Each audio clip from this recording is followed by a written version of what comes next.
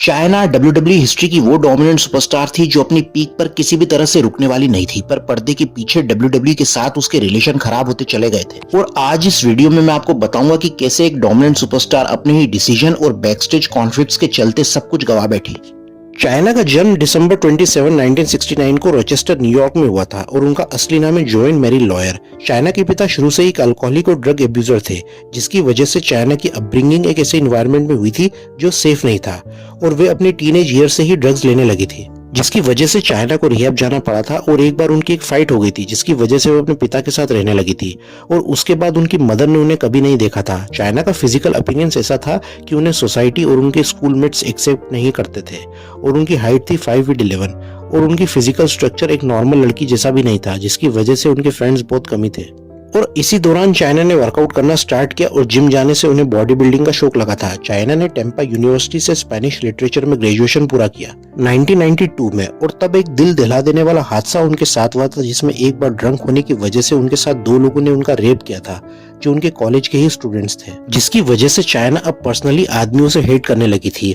और इस हादसे को भुलाने के बाद चाइना अपनी लाइफ में ये डिसाइड नहीं कर पा रही थी कि उन्हें आगे करना क्या है, और उन्होंने FBI भी ज्वाइन किया था और भी छोटे मोटे जॉब्स उन्होंने किए थे, जिसमें वे वेट्रेस भी बनी थी और टेलीग्राम्स भी उन्होंने बांटे सिंगिंग करते हुए। फिर वे फ्लाइट अटेंडेंट भी बनी, पर चाइना का मन वहां पे भी नहीं लगा और ये सारी जॉब्स भी चाइना को खुश नहीं कर सकी। चाइना अभी भी अपनी बॉडी बिल्डिंग और जिम को उन्होंने नहीं छोड़ा था और वे रेगुलर उन्होंने अपनी फिजिक को मेंटेन करके रखा हुआ था। और इस दौरान उनकी मुलाकात कैथी से हुई थी और वे उनके साथ जिम जाती थी। और रेगुलर जिम जाते हुए चाइना की मुलाकात जेरी से हुई थी और वे उनके साथ रिलेशन में आ गई थी। और उसी टाइम चाइना ने बहुत सारे बॉडी बिल्डिंग शोज में कम्पीट किया था, पर एक बार घर में टीवी देखते हुए चाइना ने मंडे नाइट रॉ देखा, जहां पर प्रोफेशनल रेसलिंग ग्लैमर और चमक ने चाइना को अपनी तरफ अट्रैक्ट किया था और चाइना ने ये डिसीजन लिया कि वे अब एक प्रोफेशनल रेसलर बनेंगी। इसके बाद वे ट्रेनर किलर कैलवेस्की से मिले थे, जो रेसलिंग के महान ट्रेनर्स में से एक है। किलर कैलवेस्की चाइना को जब फर्स्ट टाइम मिले थे तो कैलवेस्की पहली नजर में चाइना से काफी इंप्रेस हुए थे। उन्हें चाइना के अंदर वो बात नजर आई थी जो दूसरों में नहीं थी। चाइना ने रेसलिंग के फंडामेंटल्स को बहुत अच्छे से फॉलो किया था और वे रेगुलर मेल रेसलर्स के साथ में ही रेसलिंग करती थी और वे पूरी तरह से एग्जॉस्ट हो जाती थी, लेकिन चाइना ने अपनी मेहनत और लगन को जारी रखा था। फिर जनवरी 1997 को मैसेच्यूसेट्स में WWE का एक शो हुआ था और चाइना उसे देखने गई थी। इसके बाद लॉकर रूम के बाहर उन्होंने 1 घंटा वेट किया था और वे इस दौरान ट्रिपल एच से मिली थी, जिन्हें कोइंसिडेंटली कोलोवेस्की ने ही ट्रेन किया था। और कोइंसिडेंटली दोनों एक ही होम टाउन से थे और चाइना इसके बाद शॉन माइकल से भी मिली थी। और ये वो टाइम था जब WWE अपने कंटेंट को और ज्यादा अडल्ट बेस्ड बनाने जा रहा था और DX का आइडिया भी ऑलरेडी दोनों माइकल्स और हंटर विंस को बता चुके थे। जहां चाइना रिंग साइड उनकी बॉडीगार्ड दिखेगी। विंस इनिशियली एग्री नहीं हुए थे ये सोचकर कि एक मर्द की हिफाजत औरत करेगी, पर आइडिया इंटरेस्टिंग था और विंस इसके लिए एग्री हो गए थे। और चाइना को WCW का ऑफर भी आया था कि वे NWO की मेंबर बनने का।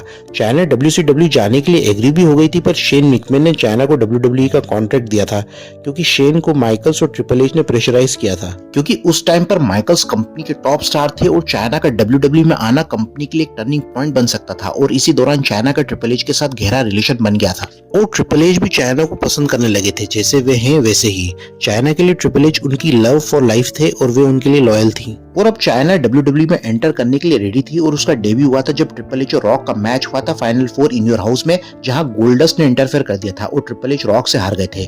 और वहीं एक ह्यूज मस्कुलर औरत क्राउड में से निकलकर मर्लिना को पकड़ लेती है और पूरी तरह से झंझोड़ देती है। पर इस इंसिडेंट को किसी ने भी इतना सीरियसली नहीं लिया था। पर इसके अगले रॉ पर भी सेम हुआ था जब ट्रिपल एच गोल्डस्ट के साथ मैच लड़ रहे थे और चाइना ने फिर से मर्लिना पर अटैक कर दिया था और इस बार वे रिंग में घुस गई थी। और इस इंसिडेंट को अटेंशन और शॉकिंग दिखाने के लिए JR ने कमेंट्री टेबल पर चिल्लाकर कहा, who the hell is that. और जब चाइना DX ग्रुप से जुड़ी थी तो मंडे नाइट वॉर्स और एटीट्यूड एरा के शुरुआती साल में चाइना पूरे रोस्टर के मेन सुपरस्टार्स में से एक बन गई थी और पूरे लॉकर रूम को वो अपनी फैमिली समझती थी।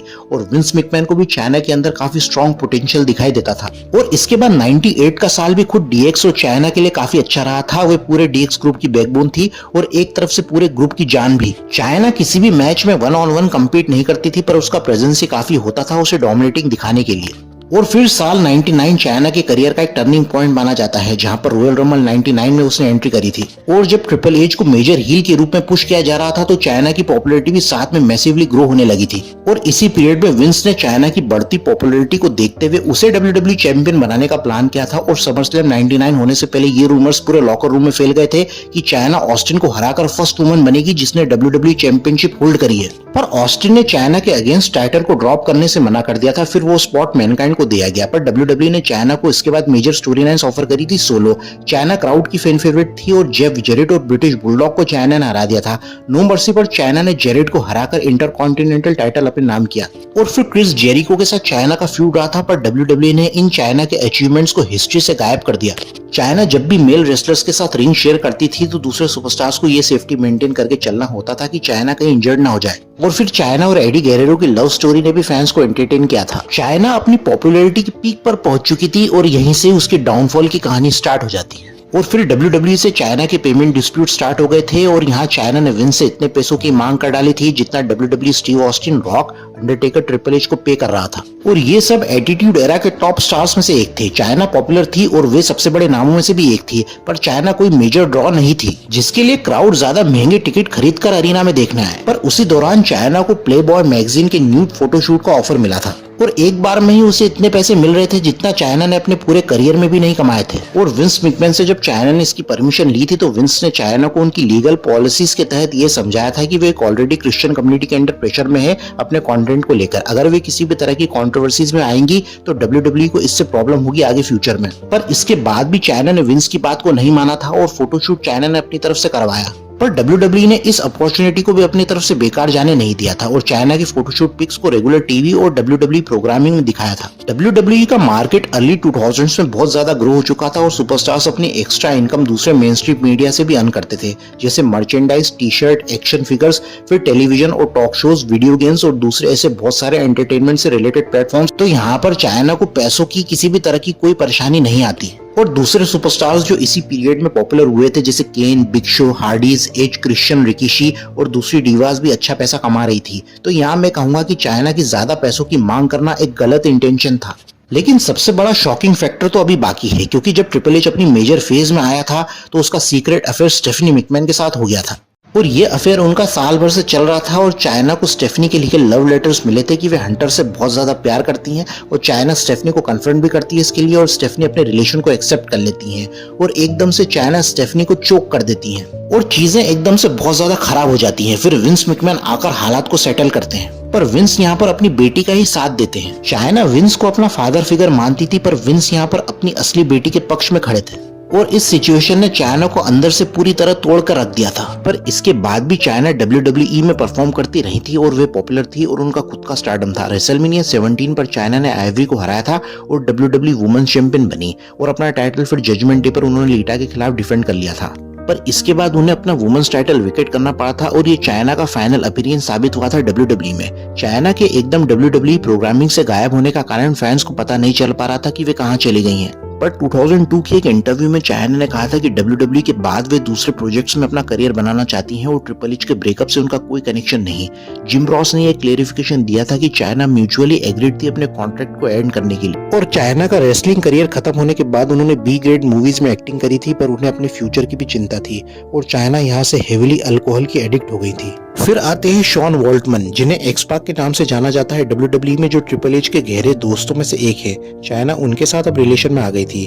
फिर चाइना ने न्यू जापान प्रो रेसलिंग में अपना कदम रखा था, जहां पर वे रेगुलरली मेल रेसलर्स के साथ में बुक होती थी, पर फैंस ने भी चाइना को वहां पसंद किया। और फिर धीरे धीरे यहाँ से चाइना अब ड्रग्स भी लेने लगी थी और उनकी ड्रग प्रॉब्लम्स की वजह से उन्होंने इवेंट शोज भी मिस करना शुरू कर दिया था। फिर न्यू जापान प्रो से भी रिलीज हो गई थी और फिर अमेरिका में आने के बाद अब चाइना पूरी तरीके से अब एक गंदे रास्ते पर जा चुकी थी और उन्होंने अपने घर में ही पॉर्न मूवीज को बनाने और बेचने का काम शुरू कर दिया था और शॉन वॉल्टमन पर उन्होंने फिजिकल असॉल्ट करने का आरोप भी लगाया था।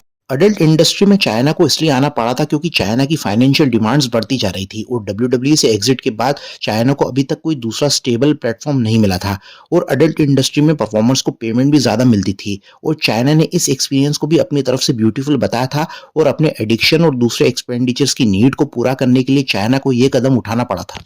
और इसके बाद वे बहुत सारे रियलिटी शोज में दिखी जहां पर उन्होंने बहुत सारी एम्बैरेसिंग एक्टिविटीज करी थी और उन्हें अब क्रिटिसाइज किया जा रहा था कि उनका मानसिक संतुलन अब बिगड़ रहा है। चाइना टीएनए में भी गई थी पर वहां पे भी वे नहीं टिक पाई और उसी समय उनकी एक porn movie queen of the ring भी रिलीज हुई थी जिसमें बहुत सारे फेमस रेसलर्स की पैरोडी की गई थी, जिससे उनके सारे रास्ते जिससे वे डब्ल्यूडब्ल्यूई वापस जा सकती थी या उन्हें हॉल ऑफ फेम इंडक्शन मिलता, वो सब अब खत्म हो गया था। हाँ, पर उन्हें हॉल ऑफ फेम इंडक्शन में शामिल किया गया था जब पूरे डी जनरेशन एक्स को इंडक्ट किया गया था और उनके as a solo hall of fame induction के बारे में ट्रिपल एच से एक बार पूछा गया तो ट्रिपल एच ने कहा था अगर मेरा 8 साल का बच्चा चाइना को हॉल ऑफ फेम में इंडक्ट होते देखेगा तो वह इंटरनेट पर जाएगा और सर्च करेगा चाइना के बारे में और इंटरनेट चाइना के बारे में क्या शो करेगा। और इन सब चीजों से गुजरने के बाद चाइना ने अपनी लाइफ को फिर से एक नई दिशा देने की कोशिश करी थी। वे जापान में जाकर वहां के स्कूल में उन्होंने इंग्लिश लिटरेचर पढ़ाना शुरू करा था, पर वीजा इश्यूज के चलते वे फिर से अमेरिका आ गई थी और वे अपनी पास्ट लाइफ से उभर नहीं पाई थी और सब्सटेंस अब्यूज के कारण 20 अप्रैल 2016 को चाइना की डेड बॉडी उनके अपार्टमेंट में मिली। और जब उनकी टॉक्सिकोलॉजी हुई थी तो उसमें अलग अलग तरह की ड्रग्स मिली थी, अल्कोहल, एंजाइटी ड्रग्स, ऑक्सीकोडोन और स्लीपिंग टैबलेट्स। ये सब प्रिस्क्राइब ड्रग्स थी पर उन्हें इम्प्रॉपरली यूज किया गया था।